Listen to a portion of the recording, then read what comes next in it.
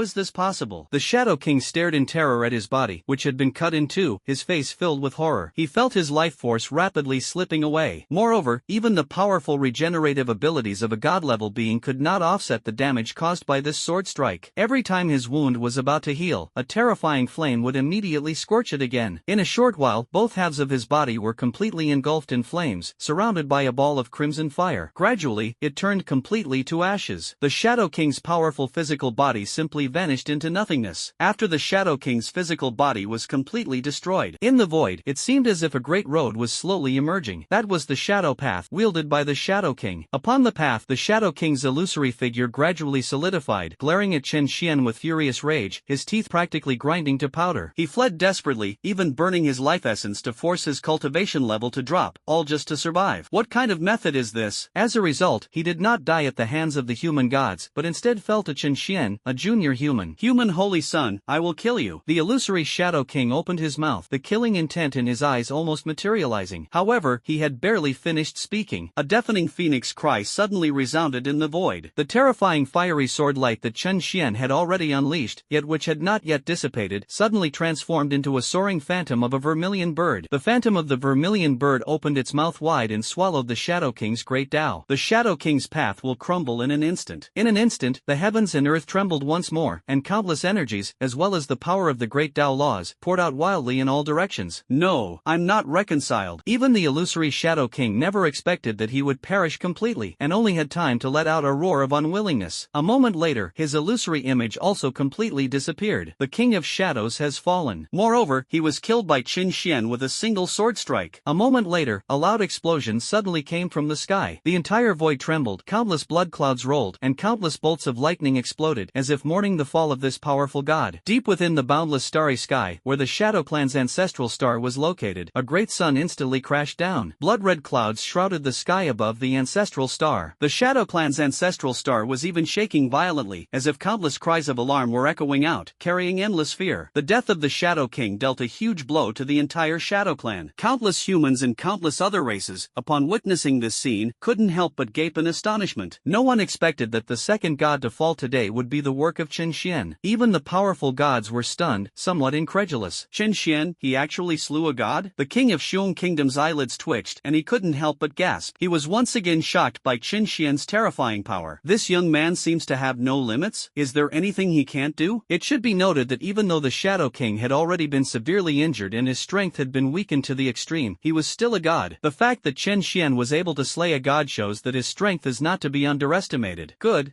lad. Prodigies from Great Xiao always bring surprises. There might still be hope in this battle. After his initial shock, the Maple Leaf Kingdom's ruler quickly showed delight in his eyes. Now that Hades has been killed and Shadow King has been killed, only 8 gods remain among all races, which is exactly equal to the number of gods on the human side. Humanity's morale is currently high. If they can kill all the gods of the myriad races in a short time, they can then focus all their efforts on dealing with Emperor Lingu. In just a moment, all the human gods realized this and, without further hesitation, instantly attacked the nearest of the myriad gods. Now's the time to kill these bastards of all races. The king of Xiong Kingdom shouted and reached out to strike the void. Instantly, a phantom path solidified and transformed into a long spear, which fell into his hand. That was his Thunder Avenue. The king of the Bear Kingdom actually transformed the large sword into a weapon. By doing so, he would naturally be able to unleash even greater power, but if his Tao is damaged, he would also be in great danger. Clearly, the king of Xiong Kingdom is prepared to fight to the death. The king of Xiong Kingdom thrust his spear into the void, piercing through a god of all races. That was a demon god. His strength wasn't as great as Quaid the Demon King, but it wasn't far off either. At this moment, this demon god was pierced through the flesh by a spear. This demonstrates just how powerful the ruler of the Bear Kingdom truly was. The demon god let out a miserable cry, abandoning his physical body and turning his soul into a stream of light to escape instantly. During his escape, he mobilized the great Tao he controlled, and his physical body regenerated, gradually forming a new body. The aura of this demon god has dropped significantly, but his face is filled with fear. These humans are all lunatics. He's genuinely scared now. If the fight continues, he might end up like Hades and Shadow King. Upon seeing this, the king of Xiong Kingdom snorted coldly and prepared to seize the opportunity to kill the demon god on the spot. However, the gods of all races finally realized what was happening and stopped holding back, each unleashing their full power. King of the Bear Kingdom, don't push your luck. With a cold shout, the demon king Quaid unleashed a burst of demonic flames, shattering countless spaces with a single punch that slammed into the back of the Bear Kingdom's ruler. The king of the Xiong Kingdom staggered, his body nearly being pierced through by the blow. The lord of the Bear Kingdom. The other human gods were shocked by what they saw and wanted to go to their aid. But would the gods of all races give them a chance? Humans, prepare to die. All the gods of all races took action and stopped the nearest human god. Large-scale battles have resumed, but this time, the human race is once again in danger. So it was you. The king of the Bear Kingdom suffered a severe injury and now had to face the combined attack of 2 demon gods alone. One of them was even Quaid the Demon King. The Winged Dragon King also went berserk and actually suppressed the 2 gods, the Sakura Kingdom's ruler and the Fu Kingdom's ruler. The time for the arrival of the great Emperor Lingu is drawing ever closer. On the human side, however, they have been unable to subdue the gods of all races for a long time. If things continue like this, once Emperor Lingu arrives, the human race is destined to perish. The powerful figures of the human race also realized this, but could only worry helplessly. That was a battle at the level of gods. They had no way of intervening. Chen Xian's eyes were also cold, and he sighed inwardly. He was eager to help and participate in the battle between the gods. However, that sword strike had almost depleted all the energy in his body. Chen Xian is currently struggling even to lift his arm, let alone participate in that level of combat. At this moment, Qin Xian stood alone in the void. In front of him were the remaining immortal powerhouses of all races, and behind him were the human races Shanhaiguan Pass and countless human soldiers. The battle continues below. The battle between immortals has not ceased. But at this moment, all the races seemed to share the same tacit understanding, and no one dared to approach Qin Xian. The place where he stood seemed to create a vacuum zone on the battlefield. Qin Xian frantically circulated the Great Sun breathing technique, the Flame Emperor scripture, and the Supreme Great Tao scripture. With the support of three powerful techniques, he became like a black hole, frantically devouring the free energy around him. Many powerful individuals have just perished. Therefore, the energy contained in this starry sky is also exceptionally terrifying. In just a short while, 1/10 of the energy in Qin Xian's body was restored. The commotion caused by his recovery was considerable, with terrifying energy vortexes swirling around him. The gods of all races who were fighting also noticed it instantly. Quade's eyes were cold as he commanded in a deep voice, "Everyone, surround and kill the human Saint Sun immediately. Don't be afraid of him. That last sword strike should have exhausted all his strength. Kill him before he recovers." Upon hearing this, the immortals of all races instantly had something to say. Dozens of eyes turned to Qin Xian, and soon they all realized that Qin Xian was indeed in very poor condition. His aura had declined significantly compared to before. "Go! Join forces and kill him!" A demon immortal roared, gripping a long sword in his hand, and instantly slashed at Qin Xian. Other immortal beings from various races also joined the fray. In an instant, terrifying energy surged out like a tidal wave, attacking Qin Xian relentlessly. They just didn't believe it. "If you can't deal with Qin Xian at his peak, can't you at least kill him when he's half crippled?" Countless attacks were about to engulf Qin Xian, and many on the human side were getting anxious. Oh no, the Holy Sun is in danger. Some human immortals wanted to rush to their aid, but the distance was too far, and it was simply too late. Some human gods wanted to intervene, but they were quickly intercepted by the gods of all races, leaving them only to grit their teeth in hatred. A hint of worry flashed in the eyes of the king of Xiong. If Quade hadn't spoken up, he almost wouldn't have realized that Qin Xian would have consumed so much energy. He looked in a certain direction, but the person who should have been there was nowhere to be seen. Damn it, where did that old bastard Hua Ziyuan go? Is he really going to miss this battle? Now, the only one who can save Qin Xian is probably that old man. Other human gods were more or less in a hurry, and in their haste, they were even injured by the gods of all races. The Holy Son of the human race? So what if he's a prodigy? Today, you'll all watch him die. Quade sneered, his smile both smug and sinister. This battle, due to the unexpected intervention of Qin Xian, resulted in significant losses among the powerful members of all races. But as long as Qin Xian is killed, and the entire human race is subsequently wiped out, then all the previous losses are completely acceptable. At this moment, everyone in the entire battle seemed to subconsciously stop fighting and turn their gazes toward Qin Xian. Everyone wanted to see if this human Holy Sun could escape this calamity. "Sai, it seems you've got something wrong." Suddenly, a sigh echoed through the void. The voice was incredibly young. It was none other than Qin Xian's. He looked up at the void before him, at the terrifying energy that was hurtling towards him, his eyes utterly indifferent. "My strength is now only negligible, but even this negligible strength is an insurmountable barrier for you." Qin Xian slowly uttered these words. Then, to everyone's astonishment, he raised his hand and flicked out a lotus flower. This time, the lotus is no longer colorful. Instead, it is a single dark red. On that lotus flower, the phantom image of a soaring dragon was reflected. The dragon was entirely blood red, its gaping maw seemingly ready to devour everything in the world. Boom! Boom! It was none other than the bloodthirsty dragon flame, a strange fire that Qin Xian had obtained early on. The dark red lotus flower bloomed at an extremely fast speed the moment it was thrown. The dark red flames expanded wildly, engulfing all attacks and even all the immortal beings of all races. Only then did a deafening roar finally resound across the boundless starry sky. Then came the screams of countless immortal beings from all races. The sound was extremely shrill, sending chills down the spines of many who heard it. Soon, all the races present, including the human race, clearly saw that the bodies of the immortal beings of all races being devoured by the bloodthirsty dragon flames were rapidly dissolving. Their lives seemed to have transformed into the purest form of energy, devoured by the bloodthirsty dragon flames. At this moment, the energy within Qin Xian's body, which had been empty, surged once again. 2%, 3%, 4%. An unknown amount of time passed, and the immortal beings of those myriad races that had been devoured were completely annihilated. Qin Xian's internal energy had barely recovered to 70%. This is the terror of the bloodthirsty dragon flame, capable of devouring the power and life of others and converting it into Qin Xian's own energy. As the dark red lotus faded away, everyone at the scene stared wide-eyed, as if they had seen a ghost. The powerful figures from all races were utterly terrified. Wasn't this human saint supposed to be on his deathbed? How could he have killed dozens of immortals in a single move? In fact, his internal strength was restored by more than half in that instant. Is Is this guy a monster? At this moment, not only the soldiers of all races, but even the gods of all races felt their eyelids twitch wildly, and their hearts were filled with fear. Chen Xian gave them a truly terrifying feeling. Keep in mind, he was only a venerable one. If Chen Xian were given more time to break through to immortality, or even godhood, then the nightmare of all races would begin. This kid is countless times more terrifying than the great Xia King back then. I will keep the king of the Bear Kingdom occupied. Quiro, you go and kill that human holy son. A fierce glint flashed in Quaid's eyes as he spoke to the demon god beside him. Without hesitation, Nakuro charged towards Chen Xian. He was quite confident in dealing with Chen Xian. Although Chen Xian had just killed the Shadow King, he also realized that it was entirely due to the Shadow King's own underestimation of his opponent. The Demon King Quiro thought to himself that as long as he was careful, Chen Xian would have no chance. The king of Xiong Kingdom was enraged. He drew his spear, formed from the great Tao of Thunder, and prepared to thrust it at the Demon King Kiro. But Quaid wouldn't give him a chance, throwing a punch at the Bear Kingdom's king's head, forcing him to turn around and defend himself. During this brief delay, the Demon King Quello had already flown countless distances and slashed at Chen Xian with his sword. Chen Xian tightened his grip on the vermilion bird divine sword, his expression becoming more solemn than ever before. Compared to the Shadow King of the past, this Demon King Quello is far more powerful. Not only were his injuries less severe, but his own strength had also reached the level of a second-class god. Even if his cultivation level has declined, he still possesses the strength of a third-class god. It won't be easy for Chen Xian to deal with him. However, his gaze quickly returned to calm. So what if they are third-rate gods? Even if he only recovered 70% of his strength, that would be enough. Chen Xian took a step forward. The next moment, countless strange flames burst forth from his body, enveloping the surroundings and transforming into a dazzling net. Azure Lotus Flame, Profound Yellow Flame, Bloodthirsty Dragon Flame, Myriad Beast Flame, Ice Phoenix Flame. One after another, strange flames flew out from Chen Xian's body. The strange fire materialized in the void, transforming into a blue lotus, a bloodthirsty dragon, and an icy phoenix. In an instant, the temperature around Chen Xian rose rapidly. The scorching heat wave melted and distorted the surrounding space, as if countless laws of nature were intertwined. Chen Xian's aura surged dramatically at that moment, reaching the late stage of the Venerable Realm, then the peak of the Venerable Realm. A loud bang was heard. A terrifying pillar of flame, centered on Chen Xian, instantly expanded outwards, covering a distance of 100,000 miles. Chen Xian's aura finally stopped at the mid-stage of Immortal. With the blessing of dozens of different flames, Chen Xian's profound flame transformation has evolved to an unprecedented level. Once unleashed, Chen Xian's cultivation level directly leaped a major realm, forcibly climbing from the mid-stage Venerable to the mid-stage Immortal. Moreover, this is not the kind with a weak foundation. Chen Xian, at the mid-stage of the Venerable Realm, was able to kill immortals as easily as slaughtering dogs, and slay the heavily injured Shadow King with a single sword strike. So, how powerful must Chen Xian be at the mid-stage of the Immortal Realm? Even Chen Xian himself was unaware of this. Sensing the terrifying aura emanating from him, the Demon King Quello, who had been relaxed, suddenly widened his eyes and his smile froze. How